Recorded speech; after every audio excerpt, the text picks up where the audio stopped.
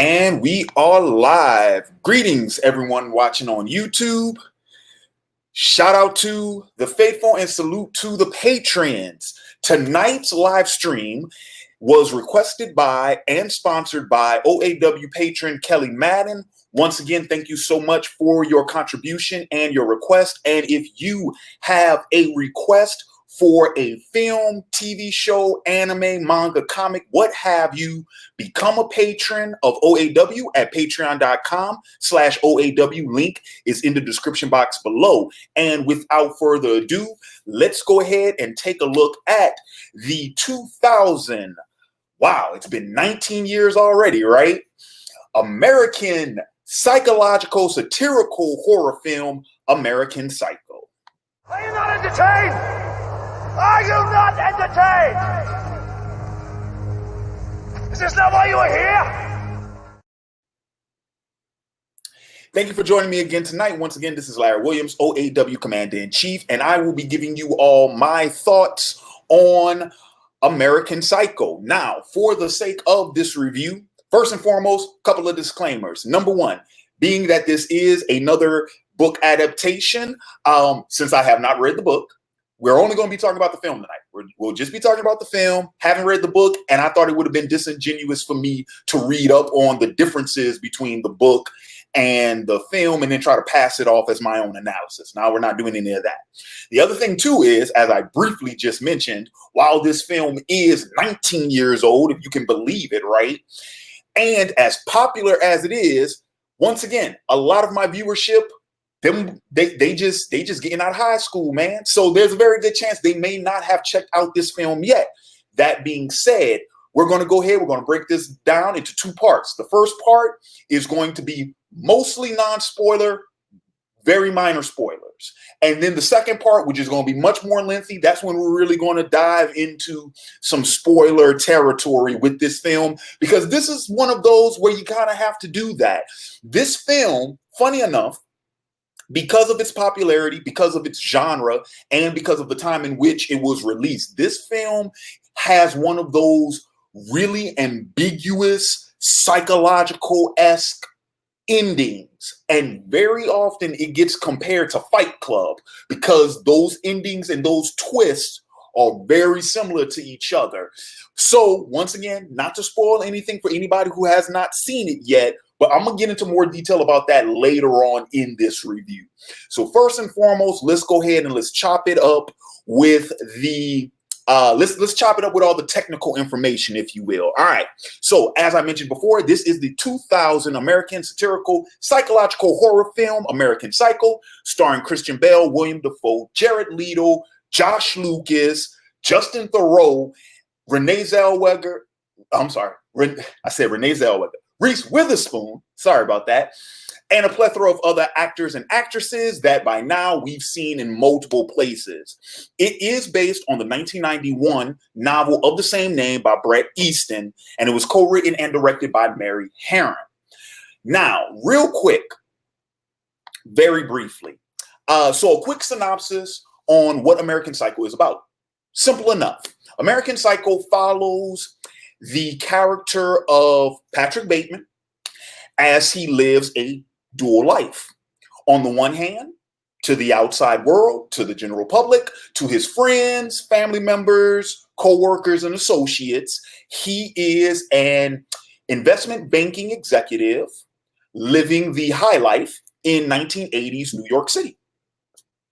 On the other hand, he is also a psychopathic serial killer.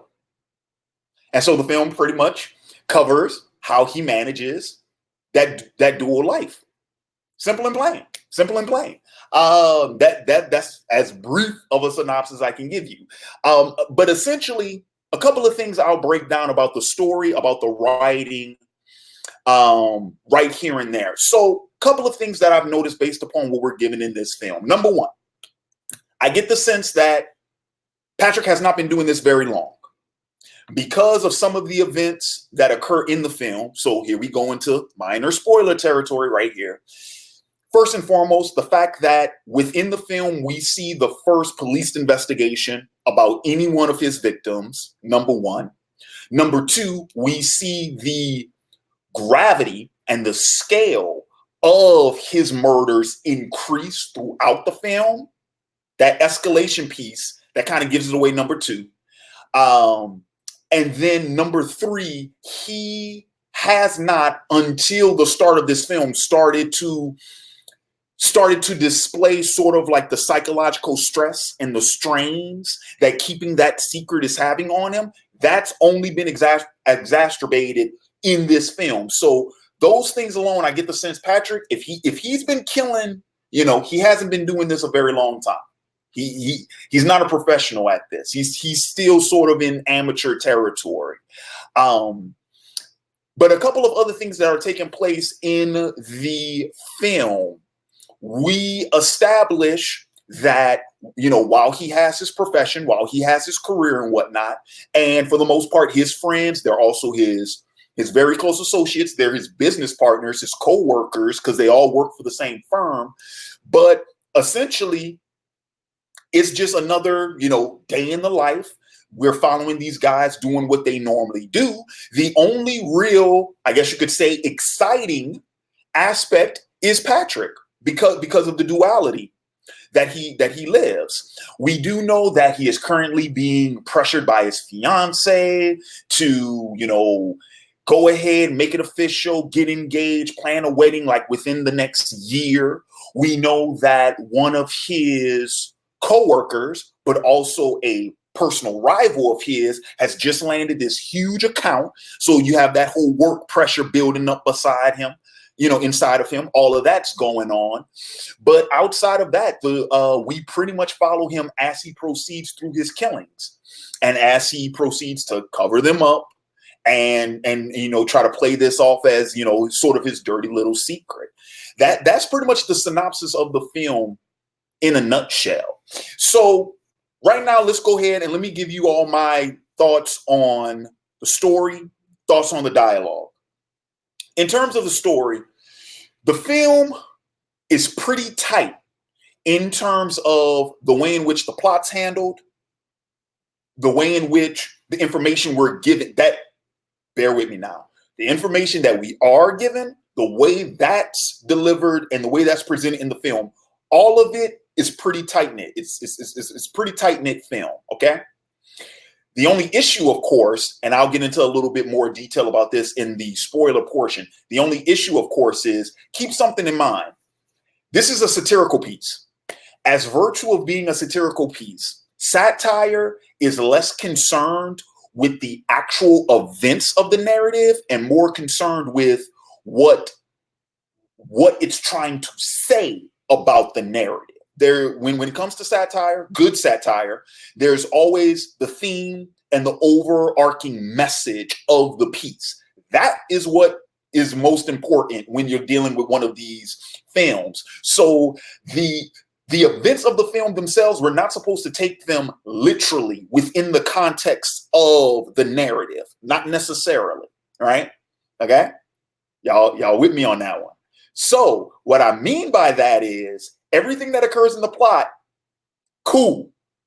When we start to examine what actually occurs in the plot, that's when things start getting, a little bit murky. And the reason for that is because American Psycho employs a very crafty, a very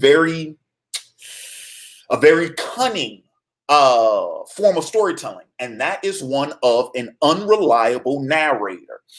This is the same thing you will see, to use a classic example, Edgar Allan Poe's The Telltale Heart, right?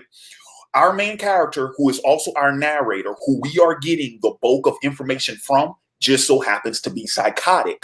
Because of that, he becomes an unreliable narrator because we can't really take his word that anything that's happening in the story is actually happening. And there are multiple examples throughout this film that suggest that Patrick might not actually, we know he's not in his right mind, but we also have enough information to suggest that what we're seeing on screen might not actually be happening. That might not be actually happening in the reality of the film, right? Within that narrative world. Another thing that assists with that is the fact that the setting of this film is in a heightened reality. This is set in 1980s New York City, so for all intent and purpose, we are dealing with a story in the real world. But there are aspects of it, and this is what satire does as well. The way in which characters are presented, the way in which they're represented, these characters are so caricature that you almost can't take them seriously to certain degrees. And with a lot of Patrick's friends, for an example, more often than not, they come off as mouthpieces, which I could see that lending itself to the novel itself. Like I could very easily see myself reading that novel and those characters coming off like that, because that's how they're presented in the film. To some degree, they're somewhat wooden, but they're just mouthpieces for concepts. That's it. And it's not blatantly obvious. You know, they're not hitting you over the head with, this is the message, this is the theme, this is what it's about. But no, it's in their behavior, right? So a couple of things that the film is being satirical about. Number one, American consumerism, especially in the 80s, in the height. If you know anything about 1980s American history, American culture, and especially its consumer culture and its financial history, this story takes place before Black Monday, before the stock market crash in the late 80s. This takes place before that. And you can tell because Patrick and his associates, their entire lifestyle is about status. It's about status symbols. It's about popular music. It's about the fanciest clothes, the flashiest cars. It's about getting into the most exclusive restaurants, getting into the best clubs, and being associated with the in crowd. It is all about that, right? And that's what the film is making a comment on, because you can see how someone this psychotic, it's really funny. And you know what? It's very funny. I can see the nature versus nurture argument being brought up in this film, right? Because on the one hand, you can make the argument, is Patrick Bateman a result, right? Is he a result of that culture? Or, you know, did that make him the way he is? Or is he just playing into what that culture is from the get-go, right? What comes first, the chicken or the egg? Was he always psychotic, or did this culture make him psychotic? Because we don't see the same we don't necessarily see the same tendencies in his associates, but we also aren't in their heads either. And they aren't narrating the story. So we actually don't know. But by and large, that seems to be what he and his social circle, they're all about. They're all about. So that's one thing. The second thing, and I got to be careful how I talk about this one, all right? Especially because of our current social economical climate. But the second thing is, many people have argued, and the film lends enough evidence to this, it is also about American male culture in the 1980s. There is a lot of one-upping in this film. There is a lot of machismo in this film. There are a lot of stereotypical elements that have now been associated with bro culture in this film. And remember, this film is 19 years old, okay? It came out in 2000. But there's a lot of things in this film that lends itself to that narrative. So a couple of things I'm talking about. Number one, the one-upsmanship, right? Patrick and his associates are always trying to one-up each other. So who got into the most exclusive restaurant that night, right? Who's wearing what, right? Right down from the suits to the shoes, who's driving what, okay? Who was seen with whom, right? And then, of course, one of the biggest, probably my favorite scene in the film, the classic business card scene, right? When they're throwing out each other's business cards, and then they're examining and just like, oh my God, like I can't believe it's like, you know, the raised lettering, and you know, it's eggshell white or it's bone white, and they are having orgasms over business cards, right? But once again, it's satirical. We're not supposed to literally take these as these dudes are just losing their, you know, their minds over business cards. It's what the business cards represent, right? Because notice, they all have the same title on those business cards. They all have the same title. All have the same title, all have the same jobs, all have the same positions. But it's about who can outdo what, right? And what's funny about this is, once again, going back to the whole consumer culture bit, but we also are playing with popular culture as well, right? Because at the same time, while these dudes are trying to outdo each other, they're also at the same time trying to conform and trying to fit in to what is considered popular and socially accessible within their social circle. These dudes live in their own world. They do. And it's almost like this weird sort of D&D game. They live in their own world and they all have their roles, right? And they're just trying to play those roles to the best of their ability. But essentially at the end of the day, y'all all a bunch of nerds just geeking out over business cards. Yeah, essentially that's what it is. All right, so let me see what else, because now I've already gone into the theme. Let's see, what else can we touch on real quick? You know what's funny about this? Just briefly, what's funny about this is this film, this is what I gathered from it. It actually has a lot less to do with what is like the traditional tropes of a psychopath or the traditional tropes of a serial killer. We do deal with certain aspects of, you know, the dark triad. If for any of you all who are familiar with that term, you know, when you're talking about, you know, the sociopath, the narcissist, things of that nature, we do have that because Patrick has that, right? You know, right down to his beauty regimen, right down to his obsession with his physical fitness, you know, with body sculpting and things like that. That is there, but I think the film is, in my opinion, it's much more concerned with sort of blurring the line between where those tendencies, how they are exemplified in one figure, and they're brought to the most fantastical extreme, right? But it does lend itself, you know, it does try to blur that line between, like, these are all facets of our culture, whether we want to acknowledge that or not, right? Like, we all suffer from some of these tendencies. It's just that what happens when you take all of this, you put it into one person, and then that person is legit psycho. This is what you would get. It tells one of those stories, because here's the thing. Patrick is not that much of he's not the stereotypical outsider. He's not the stereotypical loner. He's not a basement. He's not like the Zodiac killer or anything like that. No, for all intent and purpose, he's a regular dude. Now, here's what's funny about that, though. I do want to talk about this. We know how Patrick talks about himself because he's narrating the film. And we know how he views himself and this, is that, and the other. What's very interesting about that, though, is notice how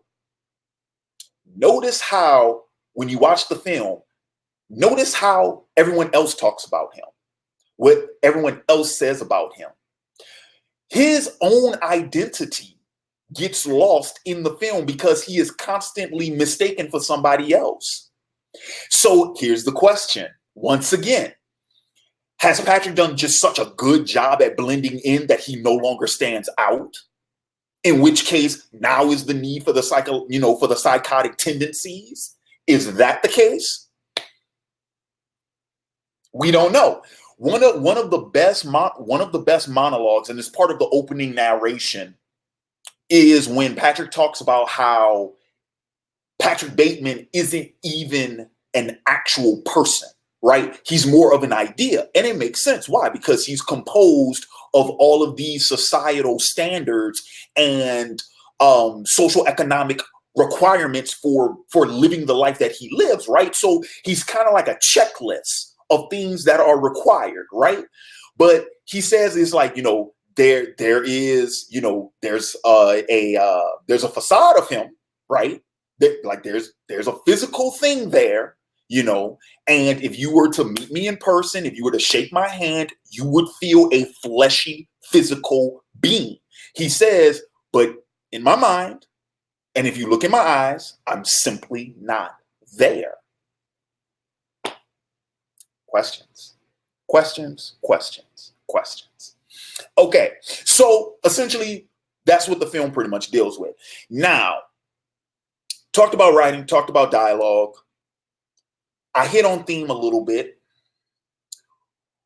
I'm just going to go ahead and knock out the last technical stuff, and then we will get to full-blown spoilers. All right, technical-wise, the film is shot very well.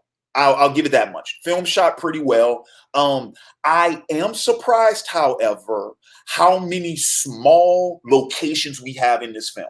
This is what I mean. Patrick's office, as lavish as it is, small. He and his other associates, like their apartments, small. No one lives in a house. They all live in apartments. Small. Nightclub, small. Restaurant, small. And actually, probably the biggest set piece in the film interior set piece might be the diner that him and his fiance are in when he breaks things off with her, right? That seems like the biggest set piece in the film. Everything else is fairly small. I could see the creative choice behind that because we are sort of in the mind of a serial killer. So you want to keep things tight, small, close-knit, tight quarters. I see the reasoning behind that. But it also how empty some of these set pieces are. Is that supposed to give us a visual? Is that supposed to visually represent just how isolated Patrick is within his own mind since we're supposed to be in his head? That's possible. I can definitely see the creative choice behind that. But that's another thing I noticed in terms of the cinematography, stage setting, and things of that nature. Music-wise, well, this movie is filled of 80s popular music, right? So we got Genesis in there, we got Whitney Houston in there, so on and so forth, multiple artists. So if you're a fan of 80s pop music, right up your alley. And let's see, anything else I want to hit on while I'm still in the spoiler portion?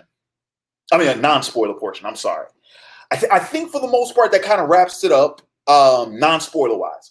Like I said, for those of you all who may not have yet to see this film, if you dig psychological horror, and I will go as far as to say that it's horror just because of its genre, but it's not a scary movie. So if you're worried like you'll be freaked out or anything, it's not a scary movie. It is rather violent, but what I appreciate about this movie, and it's what I appreciate most about horror movies that I actually like, we get blood, we get gore, but we don't see the actual violence itself.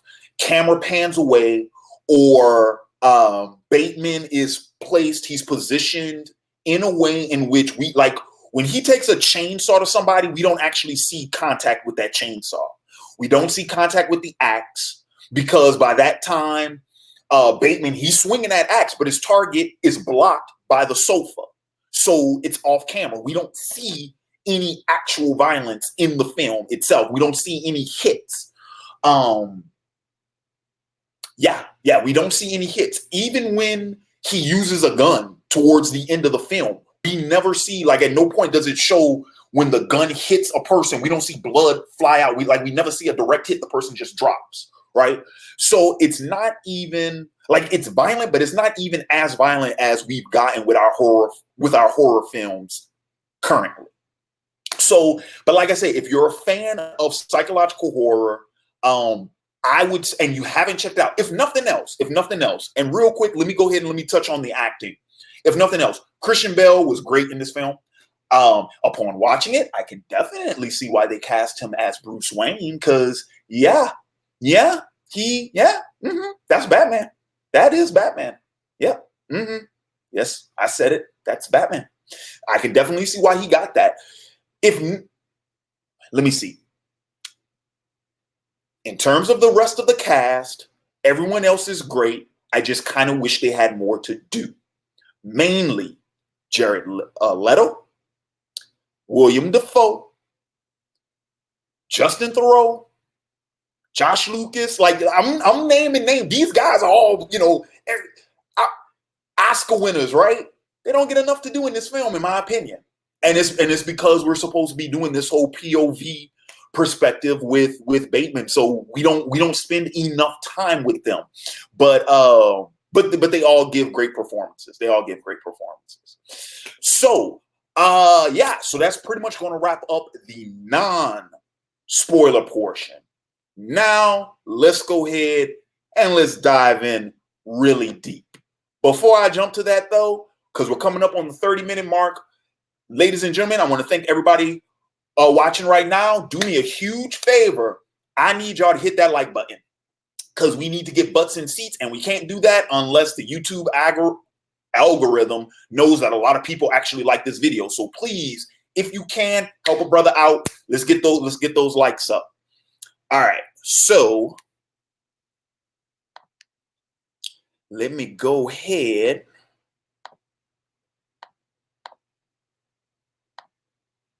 Make a little change up real quick. All right. Let's talk spoilers. Okay. And what we're going to discuss, people in the chat already know. Oh, yeah. Here we go. All right. So, as I mentioned, this film, it has that reputation. It's very popular because it has one of those ambiguous endings. Here's the thing with that, though. It has an ambiguous ending because by the time we get to the end of the film, we are now in a position where we are questioning whether or not Patrick actually killed anyone in the first damn place. We don't know if the events that occurred in the film, or at least the murders, we don't know if the murders themselves have actually happened. The reason for that is a number of things. Number one, the apartment. The apartment that Patrick uses where he's storing the bodies and where he commits the two like planned murders. That's number one. That apartment, by film's end, it's cleaned up. It's cleaned up, not a trace of anything. And we have the landlord who essentially is purposefully vague, who, when she meets with Patrick, and clearly you can tell from this encounter, she recognizes him. She knows who he is. She at least knows of him. And, her whole thing is, first off, she catches him in a lie that he tells when he arrives, because she's like, oh, are you my 3:30? Are you coming to view the apartment? And he's like, no, I was looking for somebody. But yeah. I came to look at the apartment. She was like, oh, you saw the ad in the paper? He was like, yeah, I saw it in the paper. She was like, you lied. I never put an ad in the paper. Number one, she catches him in his lie. Number two, and first and foremost, how would she know to lie in the first place if she wasn't dealing with someone that she had prior knowledge of? Number two, she just tells him straight up, get out of here. Don't ever come back. Here's the thing about that. On the one hand, you could say that, yes, of course, she knew what was going on, or at least she found out. She cleaned the place up, because if she would have went to the police and reported what happened at that apartment, she would have never been able to flip it. Never. It would have been condemned. She would have been out on money. Okay, you can make that argument. That kind of makes sense. On the other hand, if Bateman was just a creeper creeping around the apartment with whatever fantasies is going on in his head, that would be enough to scare off prospective buyers, in which case she wouldn't want him near there anyway. Because, let's be real about this, legally he's trespassing. Second, the big climactic action shootout chase scene. In this scene, Patrick kills what? An old lady at the ATM, 2 cops, blows up a squad car, minimum 1 squad car. I can't remember if the second one blew up, but he blew one up with a handgun, mind you. And I don't think he hit the gas tank. And even if he did, the car was parked. He kills a doorman. I believe he kills a janitor and another security guard. And then he confesses to his attorney, wakes up the next morning, nothing happened. Not even looking for him. So much so that he spooked himself into thinking, did what happened last night actually happen? And it's not until the end when he meets his attorney, he's like, yo, did you get my message? The attorney writes it off because he took it as a joke. And when Patrick presses him on it, he's like, dude, that's not even funny. You couldn't have killed Paul Allen because I just had lunch with Paul Allen over in London 2-3 days ago. I bring this up I say all of that to say this. Now, on the one hand, you could make the argument that all these people, there's a couple of arguments. Argument number 1. These people, when they engage with Bateman, if we were to take this literally and everything that happened in the film actually happened, this dude is psychotic, he's crazy. The only way I can deal with this cat is arm's length. So I have to talk to him a certain way. That way it keeps me from harm, it gets him away, and we can keep it moving. That's 1. 2 would be, and this is actually part of, I should have brought this up in the non-spoiler portion because it has to do with another part of the theme. The film remember when I said that the film is sort of a heightened reality? Well, one of the things that's heightened about the film is the characters and just the people that seem to inhabit this world in general, their apathy. The characters in this film are very apathetic. It seems like things that happen, the tragedies, the trials and tribulations that happen to people outside of their social circle, they could care less. It seems almost even alien to them. Never mind what they're hearing on the news, all right? Never mind what they say they care about, because like I said, the characters in this film, they're all soundboards. They're just mouthpieces for concepts. They're just spatting off ideas, but they don't actually believe in any of this stuff. So, that being said, the third argument, or rather the second argument you could make is that this is just the reality of this heightened world. People don't really give a shit so much as they're not directly affected. Which is actually kind of sad, and it is another thing that the film that the film satire is commenting on, because that is a very prevalent thing in American culture. And oh my God, the irony of that statement on this particular day. This was not intended, ladies and gentlemen. This was not, boy, I'm going to get a whole bunch of dislikes about that just now. Oh, I'm going to get a bunch of dislikes about that. Okay, anyway, moving on.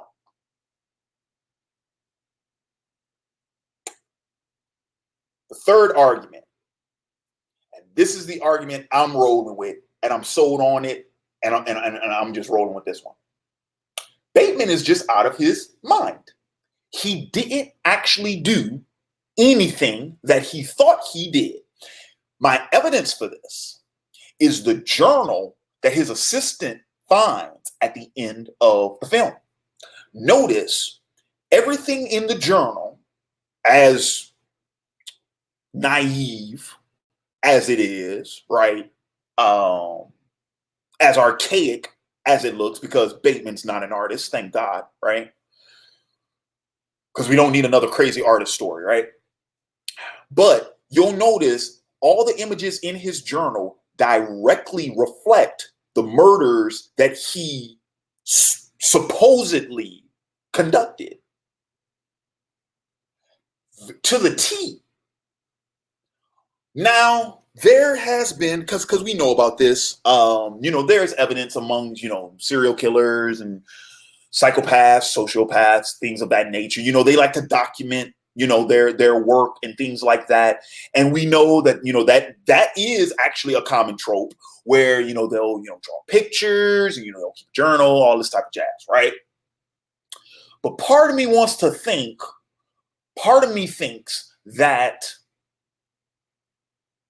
instead, part of me thinks that Patrick thinks he did those things, or he likes to believe that he did those things, when in actuality, he just imagined them and just drew them in his tablet. That's kind of where I'm at on that one. And then, of course, the other thing too is, granted, I do admit that I just got done saying this is a heightened reality. So, and it's a fictional story for that matter. So reality shouldn't really play a role in this whole thing. But let's be real about this. Two things. Just a bunch of things. All right. Number one, there's no way that old lady could have cleaned up that apartment that fast. Patrick goes back to the apartment the very next morning. Well, okay, it's mid-afternoon. It's mid-afternoon. But he goes back the very next day. He goes back less than 24 hours. No way she could have cleaned that place up in that manner that fast. Also notice, remember, here's the other thing too. The apartment was fully furnished. Paul Allen's apartment was still fully furnished. So not only would she had to have she would have had to have moved everything out of the apartment. Well, okay, first and foremost, let's assume that you could go ahead and you can get people, you can find guys, it's New York, there's people all over the place, right, who could get rid of them bodies, number one, all right? So number one, you got to dispose of the bodies. Number two, you got to actually clean up the place. Number three, you got to move out all the furniture. Number four, you got to go ahead and put up all the paint, change the carpet, all that type of jazz, baseboards, everything, right? Probably got to repair some sheetrock, right? You did all of that in less than 24 hours and still had time to get people into that apartment to look at it? I'm not falling for it. Next, let's talk about the shootout at the end. Let me tell you something, dude. I don't care if it is the 1980s. You're not going to fire. First off, you can't blow up a car with a handgun. That's Hollywood magic. You can't do that.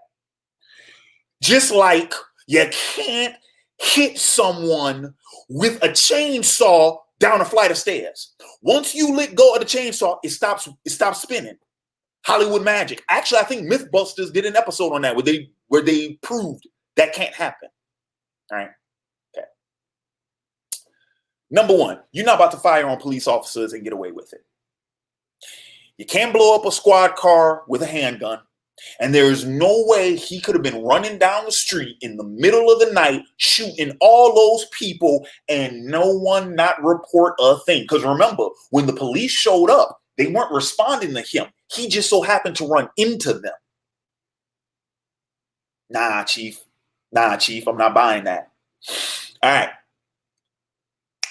Since we're talking about police officers, let's talk about Willem Dafoe's character.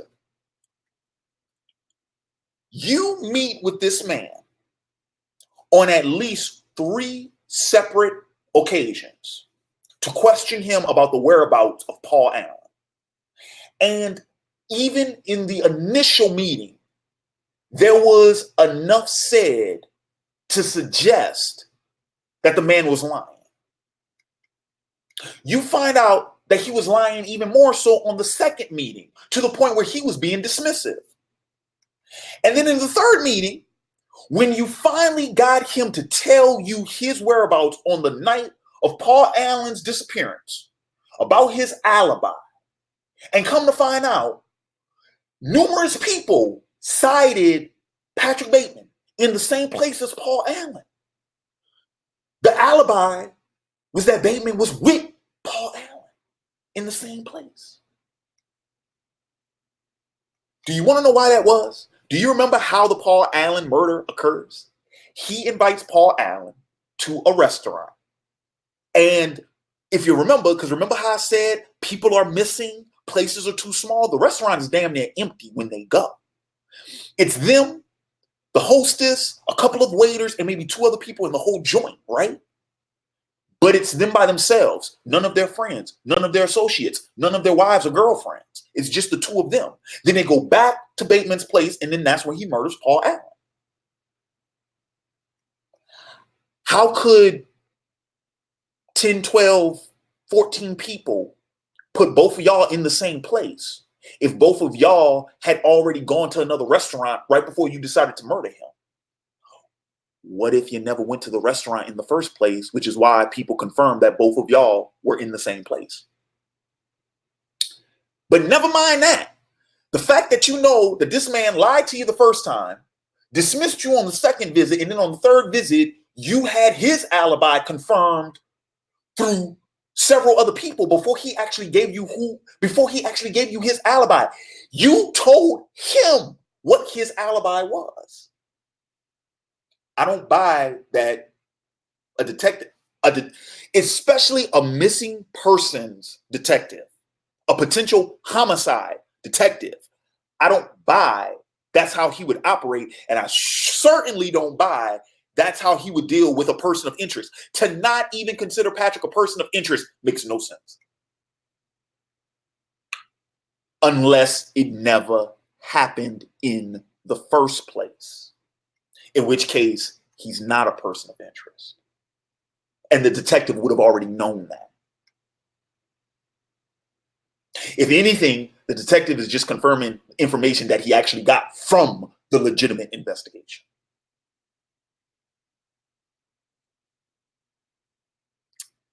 Yeah. So let me see. Because I'm busting this thing wide open, ladies and gentlemen. So yeah, so we have the landlord, we have the detective, we have the shootout. Oh, and then the lawyer. Because I touched on the lawyer, but then there's the lawyer. Pardon me for 1 second.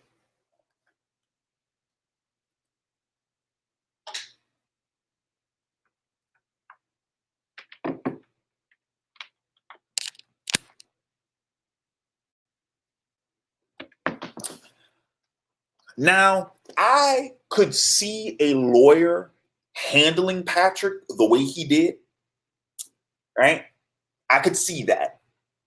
And I could also buy, like I said, remember that first scenario I talked about where this dude's crazy, so I got to talk to him and handle him a certain way, right?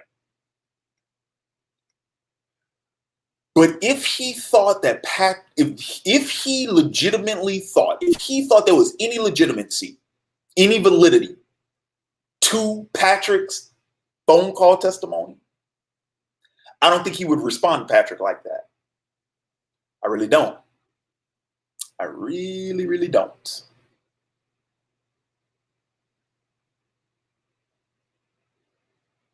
Really, really don't. And I've already started looking at some of these comments real quick. All right, so but yeah, so that's pretty much where I'm standing on that film. I don't think that Patrick actually did anything that he did in any of those murders in the actual film. I think they were all in his head. And like I said, if nothing else, consider this: he is an unreliable narrator because he's psychotic. We can't take him at his word anyway. Oh, and not to mention he's a habitual liar as well. Yeah. Yeah. And roll with me on this one. If nothing else, if you take like the real life sort of situations that occur as legitimate, but the psychotic situations as false, consider this: Patrick lies all the time to his real friends, associates, lovers, and so on. He lies to the people that he deals with all the time. So if he's lying to them, what makes you think he's honest with us? Or that he's honest with himself? Yeah. All right. So that's pretty much going to go ahead and wrap up my thoughts my review of American Psycho, once again, as I mentioned in the non-spoiler portion, it's not my kind of film, but I still think it's a good film for what it is. I think it does succeed in what I think that its goals were. The themes and the messages that it was trying to get across, I think it actually does get them across very well. I think, like I said, the plot is pretty straightforward. It's because it's not until the end that you start getting that different sort of, that you have to start questioning what's going on in the film, right? But for the most part, it's easy enough to follow, It's not going out of its way to, trip you up or anything like that. And it's not very subversive either. It kind of puts everything on the table. So yeah, by and large, I think it's a fine film. It's not my personal taste. I cringed a few times in watching it. It makes me highly uncomfortable, but that tends to happen. So yeah, it's not my cup of tea. But I still think that the film is fine enough. I think it does what it set out to do. So, like I said, if you have yet to check it out, if you are still with me and you haven't seen the film yet, number one, God bless you. Number two, I appreciate it. And number three, hopefully I've interested you by this point, if you haven't seen it yet, to at least check it out. If nothing else, Christian Bale's performance. The boy is out the box. He's out the box. If nothing else, it's worth watching just at least one time just to see how nuts he gets.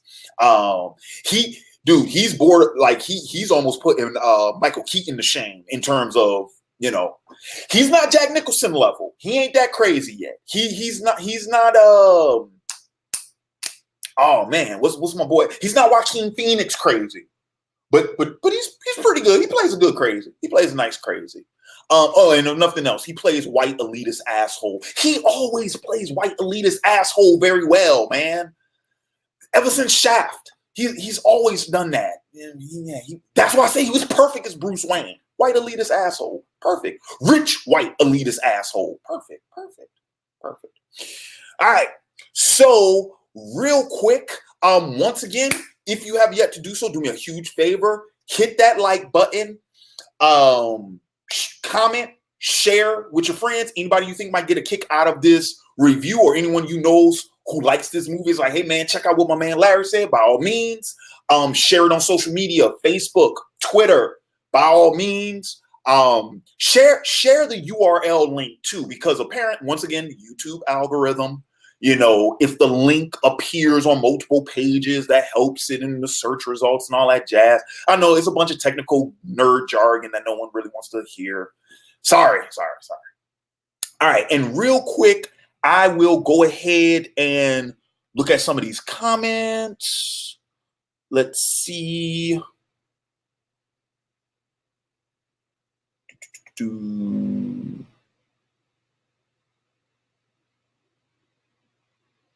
Let's see some of those things, but the fact that nobody else cared in that yuppie culture furthers his insanity.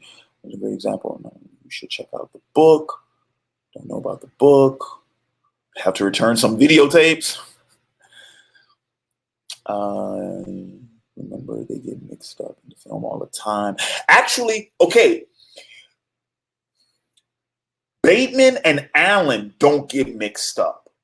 Bateman gets mixed up with what was it's another associate. The associate, the tall brunette with the glasses, with the round glasses, that's the one Bateman gets mixed up with all the time, because Paul Allen's the one that always mix up Bateman with the other guy. So yeah, it's not Bateman and Allen that gets mixed up. It's Bateman and his other associate, whose name escapes me right now. They're the two that gets mixed up all the time.